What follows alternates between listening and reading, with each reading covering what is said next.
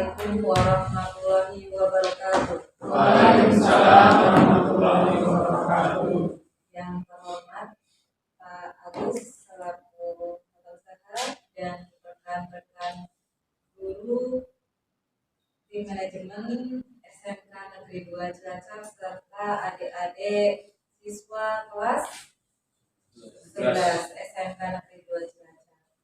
Alhamdulillah, marilah pertama kita panjatkan puja dan puji syukur kita kehadirat Allah Subhanahu wa taala yang telah melimpahkan rahmat, karunia dan nikmatnya, nikmat sehat dan nikmat sempat sehingga kita dapat berkumpul dalam kegiatan diskusi pemetaan aset di SMK Negeri 2 Cilacap yang nanti akan dipandu oleh CGP Angkatan 7 kelas A1 Bapak Mukolit Ansori.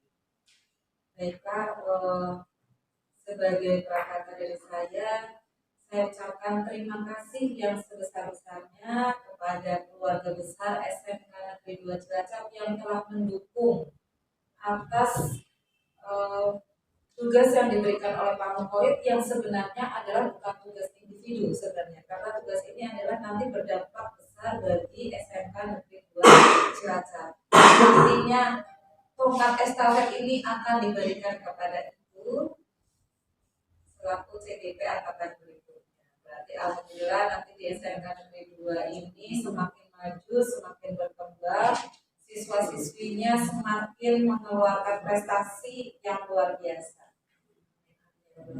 Untuk selanjutnya acara saya serahkan sepenuhnya kepada Bapak Mukolit Ansori.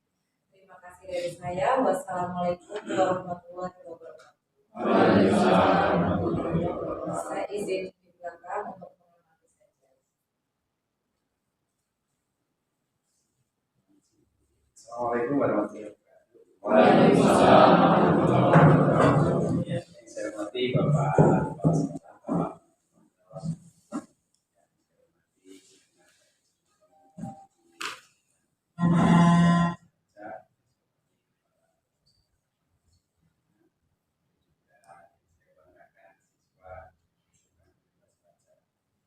kesempatan hari ini sebagai pimpinan tugas saya sebagai akan menyampaikan dengan paparan di modul 3.3 yang berupa pemetaan aset sekolah. Pada aset sekolah dan atau aset yang ada di sekolah kita yang dimulai pertama yaitu modal manusia atau SDM, kemudian ada modal sosial, yang ketiga ada modal politik, yang keempat ada modal agama dan budaya, yang kelima modal fisik, yang keenam modal lingkungan alam, dan yang ketujuh modal finansial. Kita pahami bahwa sekolah itu merupakan sebuah ekosistem yang mana di dalam ekosistem sekolah ini terjadi interaksi yang masing-masing modal aset ini akan saling berinteraksi dalam mewujudkan visi-misi dari sekolah. Dengan keseragaman harmonisasi yang baik antar aset tentu akan menghasilkan pencapaian visi-misi yang baik sesuai dengan yang direncanakan. Kemudian untuk yang pertama kita akan menyampaikan berkenaan dengan modal manusia atau SDM. Ada beberapa yang kita miliki. Yang pertama berkenaan dengan manajemen dari adanya kepala sekolah. Ini merupakan salah satu faktor biotiknya. Kemudian ada guru, kemudian ada murid, kemudian ada tenaga pendidik, orang tua, komite, dan pengawas dinas. Yang masing-masing ini tentu memiliki peran fungsi yang berbeda, namun kesemuanya akan menjadi satu kesatuan dalam membentuk sebuah ekosistem kerja. Kemudian strategi, saya mencoba untuk menyampaikan ada beberapa strategi. Yang pertama dari sisi SDM tentulah adanya pengembangan diri dari sumber daya manusia melalui kegiatan pelatihan, upgrading skill, dan juga mungkin lomba. Kemudian yang kedua, pengembangan bakat minat siswa itu bisa berjalan melalui salah satunya yang sudah berjalan di SMK dengan kedua Cilacap, yaitu adanya kegiatan seperti LKS, bahkan kita sudah sampai dengan tingkat internasional yang ada di bawah pembinaannya Mona selaku pembimbing LKS. Kemudian selain kegiatan pengembangan diri siswa melalui kegiatan lomba, juga dilakukan melalui kegiatan ekstrakurikuler, di mana kegiatan ekstrakurikuler ini berjalan di luar jam pembelajaran efektif yang diikuti siswa sesuai dengan bakat minat yang dimiliki siswa, sehingga potensinya bisa berkembang. Kemudian sumber daya yang lain adalah peran komite dan dinas terkait dalam mendukung program sekolah, karena adanya interaksi sekolah dengan dunia luar, perlu adanya penjembatan. Salah satu yang bisa menjembatani ini adalah adanya komite sekolah. Kemudian juga adanya peran dari dinas-dinas terkait yang ada di luar lingkungan sekolah. Untuk aspek kesehatan bisa saja kita melibatkan dinas kesehatan, puskesmas yang ada di wilayah terdekat dari sekolah kita. Kemudian mungkin salah satu ada juga peran CGP dalam kolaborasi pengembangan program sekolah. Sudah disampaikan, dengan adanya program ini harapannya bisa sedikit banyak bisa memberikan kontribusi untuk pengembangan sekolah di SMK Negeri 2 Cilacap. Ini dari adanya aset modal manusia atau sumber daya manusia. Kemudian yang kedua, modal sosial. Modal sosial yang ada di sekitar SMK Negeri 2 Cilacap itu adanya kerjasama dengan industri dan dunia kerja. Kita sedang memotret adanya kegiatan yang dibidangi oleh Wakabmas dan juga PKK. Kemudian dukungan masyarakat. Keberadaan SMK 2 tentu tidak lepas dari adanya dukungan masyarakat secara luas yang ada di lingkungan SMK 2 Cilacap, terkhusus di wilayah Cilacap. Kemudian ada juga dukungan dari asosiasi profesi. Ini erat kaitannya dengan kejuruan. Asosiasi profesi merupakan juga jembatan alumni-alumni kita nanti untuk bisa masuk dunia kerja. Salah satu perannya kita juga melibatkan asosiasi profesi, seperti mungkin asosiasi pengembangan dan jurusan bangunan itu ada PUPR, kemudian dari asosiasi nelayan itu mengakomodir dari jurusan pendidikan, kemudian ada asosiasi mekanik dari jurusan otomotif dan lain sebagainya. Kemudian sosial yang lain beberapa kali atau bahkan kita sering SMK 2 itu menjadi juara LKS tingkat nasional. Tentu ini juga sebuah potensi yang bisa membranding, membangun image positif untuk SMK 2. Kemudian strategi yang bisa dikembangkan dari potensi ini adalah salah satunya tentu kita bisa mengadakan rekrutmen calon tenaga kerja dengan adanya kerjasama dengan dunia kerja dan dunia industri. Kemudian yang kedua bisa membentuk kelas binaan industri. Beberapa sudah kita laksanakan, termasuk di kelas pembangkit dari jurusan listrik, kemudian juga ada kelas BUMA dari jurusan gabungan dari jurusan Tekin.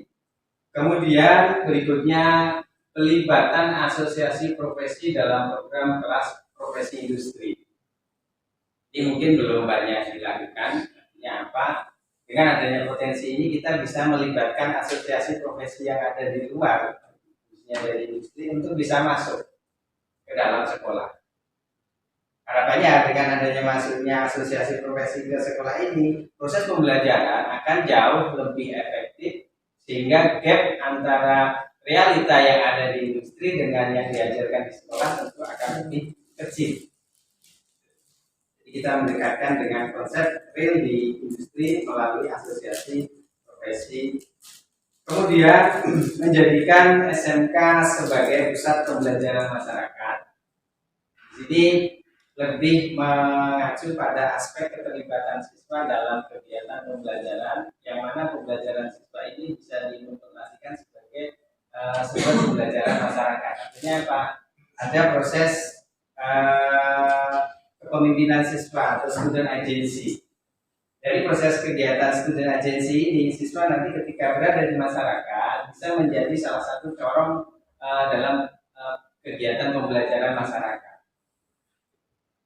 Jadi adanya dukungan modal sosial ini tidak kemudian dari pelaksanaan kurikulum merdeka kita bisa melaksanakan student agency atau kepemimpinan murid, akan lebih jauh lebih efektif. Kemudian yang selanjutnya modal politik. Untuk modal politik mungkin pemahaman kita kalau bicara politik ini lebih ke aspek politik praktis. Pada prinsipnya ini bukan sebuah politik praktis, tapi lebih mengacu pada sebuah kebijakan yang ada atau yang berpengaruh terhadap keberjalanan di sekolah. Polisi mungkin ya, polisi. Iya, kebijakan.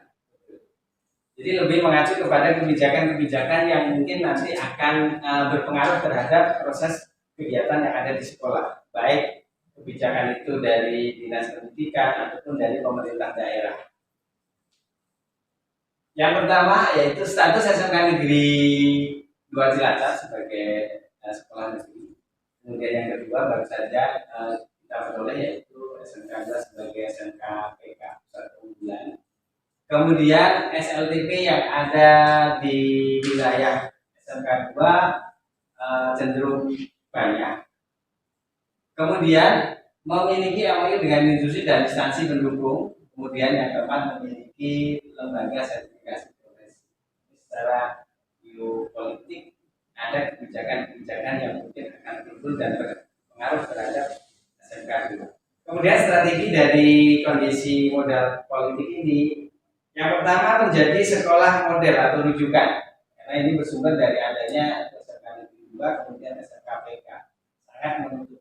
Sangat terbuka untuk bisa menjadi SMK 2 Cilacap ini adalah sebagai sekolah model ataupun sekolah rujukan. Kemudian yang kedua, dalam proses penerimaan siswa kita bisa lebih selektif, artinya untuk memilih kriteria siswa untuk masuk SMK 2 itu bisa lebih selektif karena banyaknya SLTP yang ada di wilayah atau sekitar SMK 2. Kemudian yang ketiga, melibatkan industri dalam kegiatan program sekolah. Ini juga salah satu strategi secara politik. Nah, tentu ada kebijakan-kebijakan dari industri yang bisa berpihak pada program kegiatan sekolah yang sebenarnya bisa kita perankan atau kita libatkan dalam kegiatan sekolah. Kemudian yang berikutnya tentu bisa melakukan kegiatan sertifikasi profesi dari lulusan dari aset yang dimiliki adalah SP. Ini secara modal politik. Mungkin sejauh ini ada yang ingin kita diskusikan sebelum melangkah ke yang lain secara modal aset. Monggo, mungkin ada yang menanggapi, silakan. Silakan Pak Ibu. Biar tidak biar asetnya pokok. Oke, jadi untuk politik asumsi adalah ke ranah kebijakan. Berikutnya modal agama dan budaya. Ini secara ini karakteristik siswa yang ada di SMK 2 kita lihat kecenderungannya adalah siswa yang religi karena semuanya memiliki latar belakang keagamaan. Meskipun ada beberapa yang juga memiliki mungkin aliran kepercayaan, tapi secara ini kami potret hampir semuanya itu beragama dalam tanda kutip masih kecil yang beraliran kepercayaan. Kemudian 80-90% terdiri dari suku Jawa, di mana ada asumsi atau pemahaman kalau ini suku Jawa sebenarnya lebih soft, lebih lembut.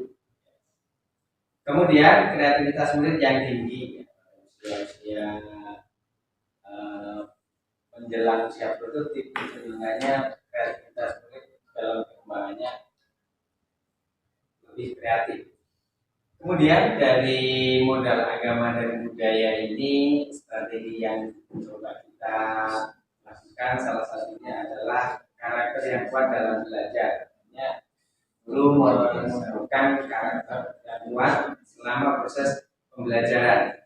Kemudian dari keanekaragaman yang ada di SMK 2, ya, kita bisa menumbuhkan toleransi yang besar terhadap perbedaan agama dan kepercayaan.